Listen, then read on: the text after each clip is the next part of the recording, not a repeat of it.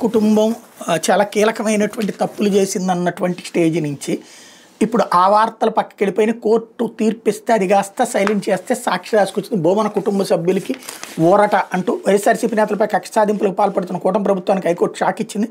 వైఎస్ఆర్సీపీ నేత టీటీడీ మాజీ చైర్మన్ భూమన కరుణాకర్ రెడ్డి కుటుంబ సభ్యులకు చెందిన భూమిని ఆక్రమిత భూమిగా పేర్కొంటూ తిరుపతి గ్రామీణ తహసీల్దార్ జారీ చేసిన నోటీసును హైకోర్టు రద్దు చేసింది.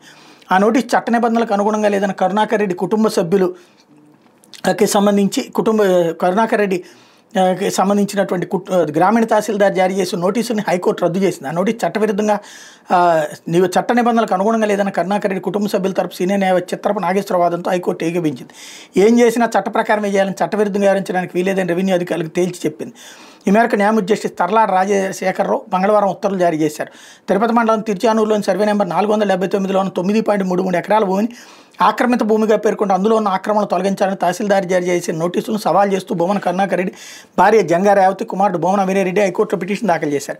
రాజ్యమధ్య జస్టిస్ రాజశేఖర్ మంగళవారం విచారణ జరిపారు. పిటిషన్ల తరపున సీనియర్ న్యాయవాది చిత్రపు నాగేశ్వర వాదనలు వినిపిస్తూ పట్టా భూమిని అధికారులు నదీ పోరంబోకు భూమిగా చెబుతూ తన క్లయింట్లను ఆక్రమణదారులుగా చిత్రీకరిస్తున్నారని తెలిపారు. 2001-2లో పిటిషనర్లు ఆ భూమిని కొనుగోలు చేశారని ఇందుకు సంబంధించిన సేల్ డీడ్లు కూడా ఉన్నాయన్నారు. అటువంటిప్పుడు దాన్ని ఎలా ప్రభుత్వ భూమిగా చెప్తారని ప్రశ్నించారు. సర్వే నెంబర్ 479లో మొత్తం 436 ఎకరాల భూమి ఉందని అందులో తమ 9 ఎకరాలు మాత్రమే అన్నారు. తహసీల్దార్ ఇచ్చిన నోటీసులో ఆ భూమిని ఆక్రమించుకున్నామని ఆరోపిస్తున్నారు తప్ప అందుకు ఎలాంటి ఆధారాలను ప్రస్తావించలేదని తెలిపారు.